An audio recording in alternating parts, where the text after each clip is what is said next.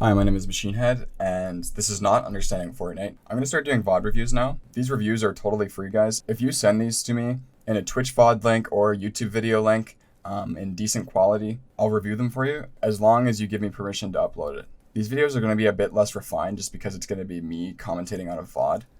So it's not going to be like perfect lines over and over. I'm actually not the most fluent speaker in the world if you haven't figured that out yet. But yeah, I'm hoping these end up with a lot of good information just by showing me some situations that aren't really like fundamental, but they're just kind of different situations that I'm going to have to find solutions for. So let's get started. This is somebody that I've been coaching for a long time. For the first couple of weeks, it was probably like more traditional coaching, but after that, it was more general guidance. I did do reviews for a while for him. For the last couple of months, he's been kind of on his own. And that's really what happens when you get to a certain point. You really just need to get the game experience in. But yeah, his name is Luckzier, and he has just made it into Prac Chord at the time of recording this, which is great. So you can go all follow his stream and go congratulate him for that. So yeah, let's get started. He told me that this is one of his best games in the T1 scrims.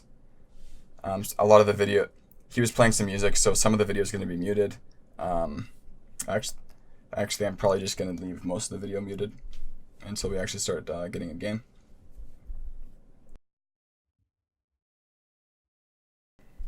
This is kind of an interesting situation when you have somebody dropping with you like this at like the exact same point. You have to kind of figure out where they are going.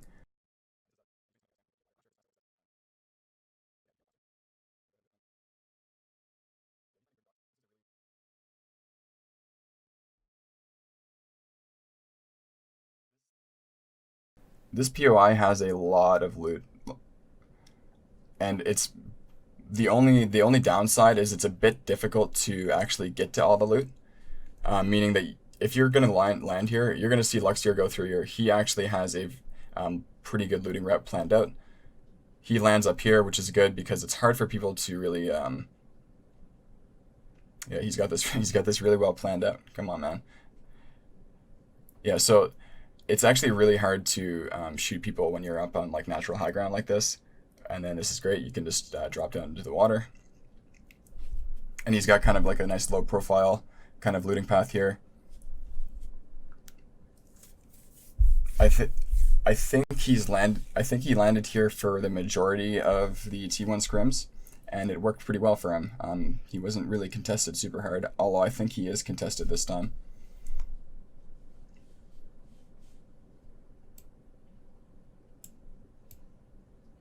Okay, I'm gonna turn the audio back on. I don't know how loud this is gonna be. So yeah, right now he doesn't actually really want to fight anybody. He just wants to keep track of the location of his opponent right now.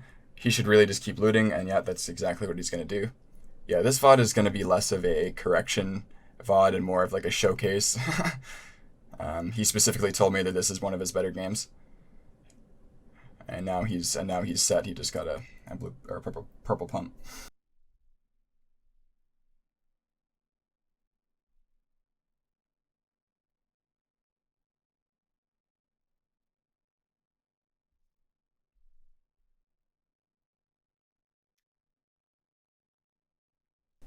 Yep, he's going for the fences now.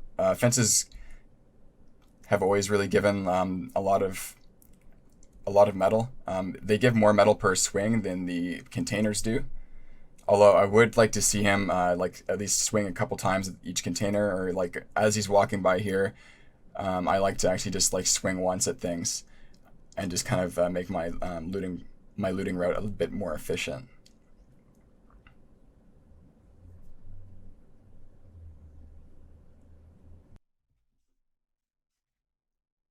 That was very good reactions.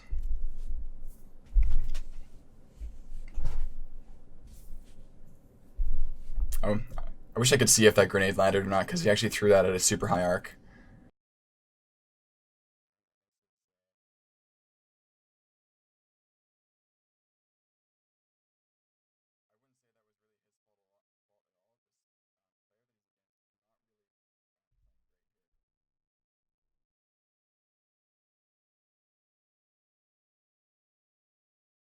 And now he's got a third party across on the south side.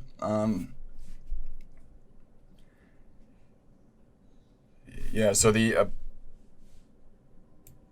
player that he's against, I don't know why he dropped down on him when he had a purple pump. You have to understand that purple pump early game. Oh, I think he's also got a purple pump. Or is this a different player? Yeah, I think I can hear right now he's got a purple pump. Okay, right now he's just waiting. There we go, perfect. That is probably like the fastest way you can do a jump peek from a ramp. Let's. I want to rewatch that. So holding the floor, waits for him to stop. Okay, so he holds the edit first, waits for a couple seconds, and then right away he wants to get this jump peek angle right in front of the wall. That's going to block line of sight from somebody straight above. If somebody is above you in this situation, you do not want to be in the back here. You want to be right in front of the wall, and then that gives you that blocks their line of sight, and they actually have to walk really far forward before they can actually see you. They have to be looking straight down. And also remember that looking straight down is an awkward angle, and if you jump backwards, you can get the crosshair placement of looking straight forward. Well, not straight forward, but kind of looking diagonal a little bit, which is actually a much easier angle to hit because it lets you get that horizontal flick movement. Where someone looking straight down, they have that awkward angle at being at the very top of their, at being at the very bottom of their like sphere, on sphere axis on which like the crosshair like rotates around. And that means that when they're looking down and they have to aim, they're actually doing vertical movements with their mouse to aim up and down, which is actually much more confusing than if you were to jump here and get a nice diagonal shot. You can do your normal flick horizontal movement and everything's still the same. It's specifically the reason I actually made that course in my aim map where the targets are straight down, just to kind of force that movement where you're at the bottom of your axis. Same thing with the overhead targets. It just forces that weird movement where you have to aim with your vertical movement or vertical movement of your mouse and just quickly do a 180 if you need to actually keep tracking that target, at least for the overhead tracking.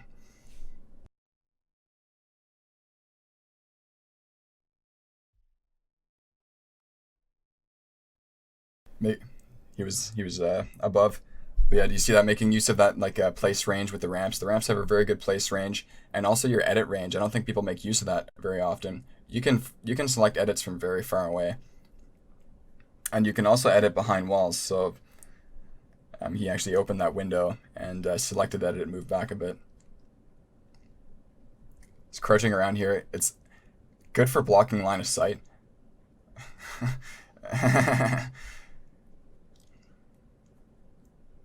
Yeah, that was J-Love. See, I'm pretty sure that he didn't hear that because of... I'm going to go back to that because there's a couple things that went down there. Okay, so crouch movement here. It's making it very hard to hear, especially when somebody is directly above you. That is when you're the most quiet, just because for some reason that headphones and the way Fortnite works, it has a very hard time indicating movement when it's, or indicating noise when it's straight above you. And then also, he does not, remember, he does not jump off, right? Look how instead of jumping off, he walks off. I guess he can't really jump off because there's a ramp above him anyway. But jumping off would make a distinct noise, and it's actually a lot louder than footsteps. Crouch walking off and then walking off, boom, he couldn't hear anything. He on his screen, he just died. That's one of the advantages that I show off in my falling peak video. While you're falling, you're almost totally silent, except when you start falling for a pretty good distance, and then it actually plays like a really large kind of wind noise, just to indicate that that person has fallen like within fall damage range. You probably hear it a lot in build fights or just normal 1v1s if somebody ever falls off.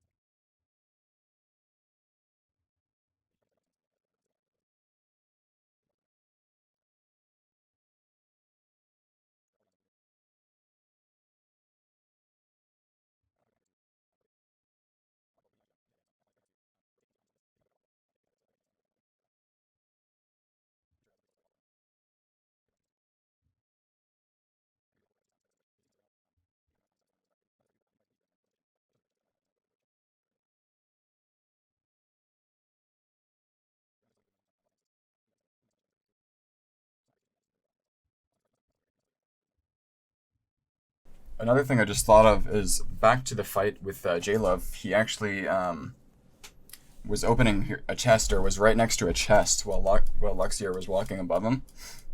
And that's another thing that you can take into account, is the amount of noise that a chest actually makes.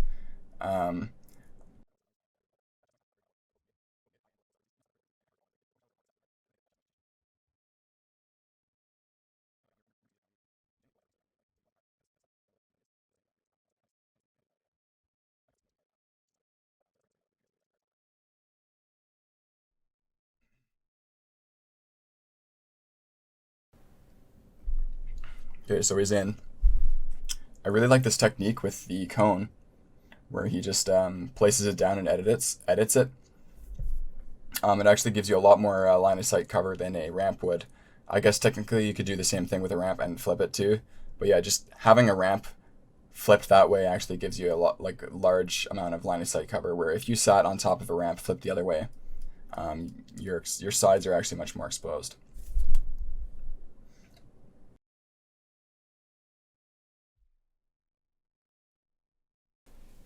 And this is actually crazy. He does not have an AR right now. He's only carrying an SMG.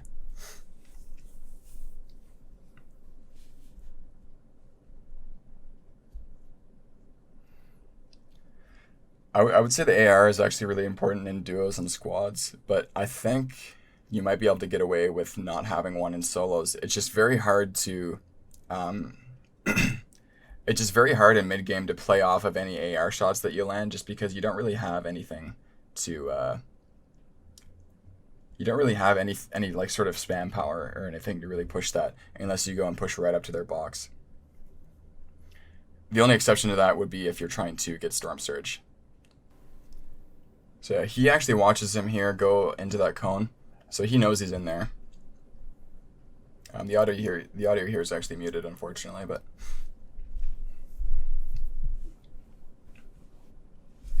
so yeah, right away I would have placed a wall, but like a little bit sooner, but it worked.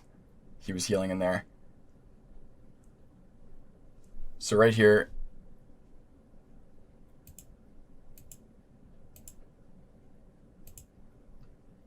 no, I actually don't recommend this edit here, but in the way that he did it, it was fine, because his opponent had already moved over, and that edit out the side actually gave him a right-hand peek with the wall in front of him. The opponent drops a ramp in here and tries to drops a trap in there and tries to drop him down.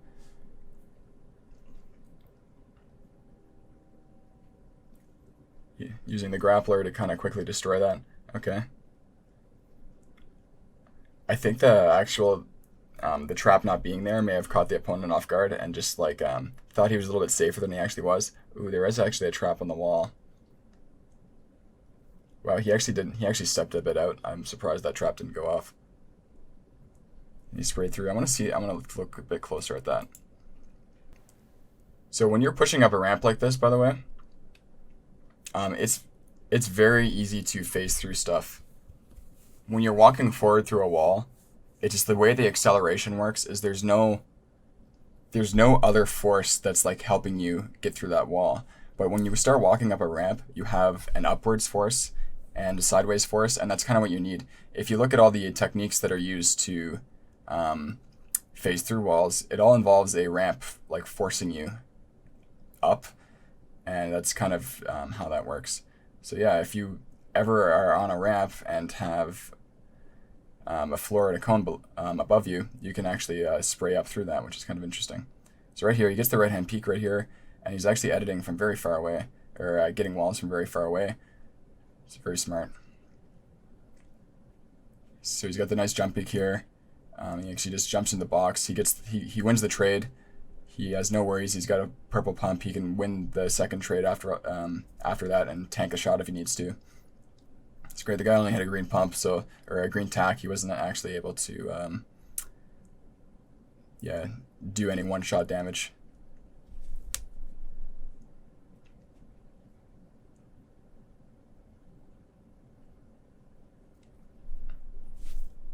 And I'm just going and setting up a tunnel with excess mats.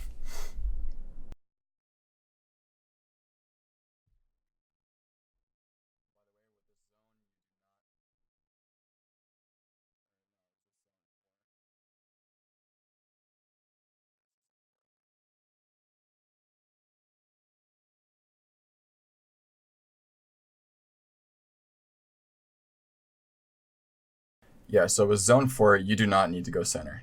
That is just a rule. Do not go center zone 4. Every other zone before that, center is great. But zone 4 and beyond, center does not help. Even if you're a center, you're still going to have to rotate. Zone 3 is different. Zone 3 center is very strong because no matter if you're center in zone 3, you're always going to get zone. It's guaranteed. Just the size of the circle and the way that it fits in the new zone, you always get it. Ooh, I actually like this method of doing this. I also like to do this by rotating my ramp, but I think I might actually start doing it with cones. That actually works a lot better. You kind of got this shimmy technique where you place a ramp in a cone. Probably saves a lot of mats rotating on the ground.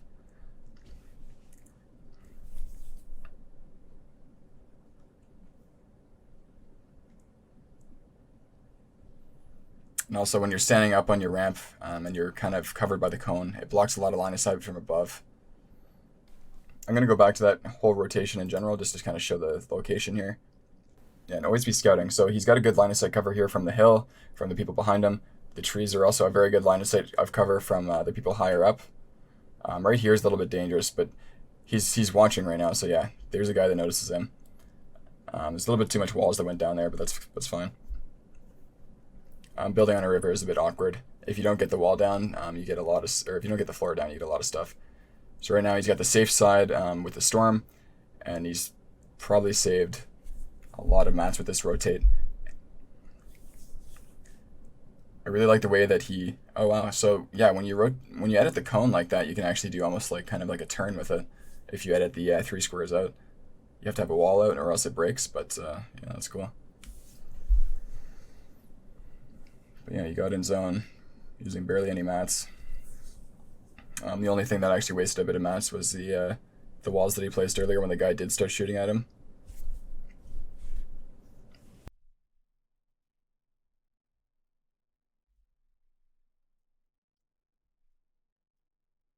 Yeah, those guys over there are going to burn a lot of mats trying to full tunnel into this. See right there? Always be looking for shots. You never know how much health somebody has. Always be looking your cone. Always be looking somewhere.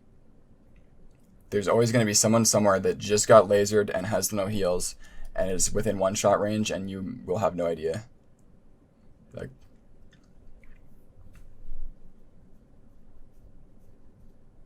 yeah, now that guy's holding a sniper on him, so it's probably smarter not to do that and find somewhere else to go shoot at people, but yeah.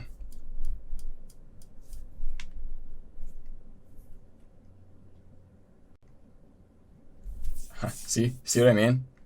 The guy that he just shot at, although he didn't actually get the kill by shooting him, he got a shot on him and he just happened to get knocked off by an RPG and died. He fell off and died to fall damage. So yeah, always shoot at people. It's free kills sometimes. Or if they die in storm and you're the last guy, well, there you go. It's another free kill. Always shoot at people. You never know. It's annoying, and people say it's not worth, but it always is. Here we go. He's got, okay, that's kind of unfortunate, but that's cool. He's going to go and get the mats.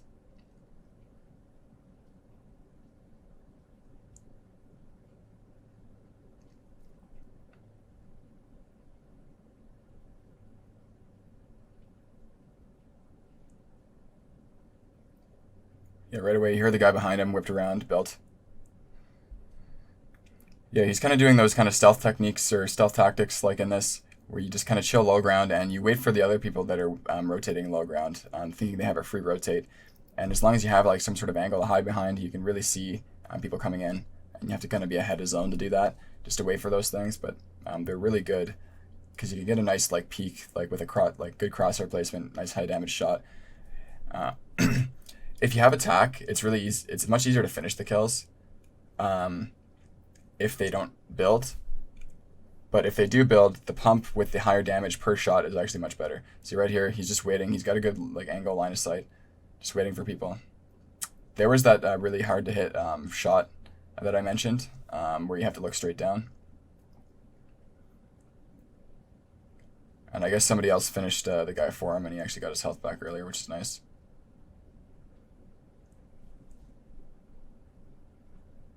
See, right here, he's got the peak angle. Boom. Just setting up these kind of like ambushes. He's got no mats now. I don't know if I would have went for the tree either, but just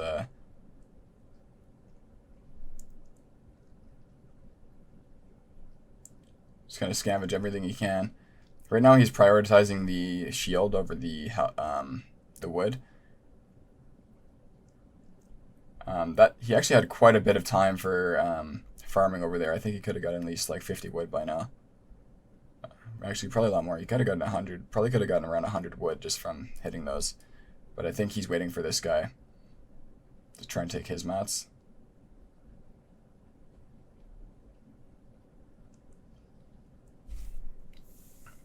Oh, I wasn't paying attention. That was the last guy. Okay. See right here, here's just the example again of the ambush angle. He's got the right side of his screen hanging out so he can see a lot. Okay, so yeah, right here, he could have actually farmed a lot more mats and had a much less risky fight with this guy. I'm actually going to go ahead and say that this wasn't like the greatest play in the world by luck. So as soon as he opens the wall up here, Luckzier should really just like get a better angle, because right now he's exposed, and even though this guy has left-hand peek, he can still jump out and land a shot. And you look, Luckzier's crosshair placement is not where it needs to be right now. He's actually looking to the side to try and see further in the box. If he wanted to react to a left-hand peek fast enough, his crosshair should be more like right here. That's really where it should be. So yeah, it was fine because the guy that he's against actually made a mistake here too. So yeah, he built out and didn't take the angle like he should have. And then right here, he had an awesome crouch peek right here. This crouch peek would have been awesome, like would have completely destroyed Luck here, because Luck had one build. He could have maybe placed a floor here, and then a wall underneath. But remember, he's in Storm, so he doesn't have time to mess around. Neither does this guy. So this guy just went up for the jump shot and kind of rushed it, and that screwed him up. And he didn't actually shoot. He didn't actually shoot either. Oh, I see what happened now. So yeah, let's just go and break down the whole fight. But it was actually because the guy didn't shoot because he had to reload his gun. That's pretty much what went down there. That is Luckzier. We didn't get to show off much of his mechanical skill, but he was usually a very smart player to begin with.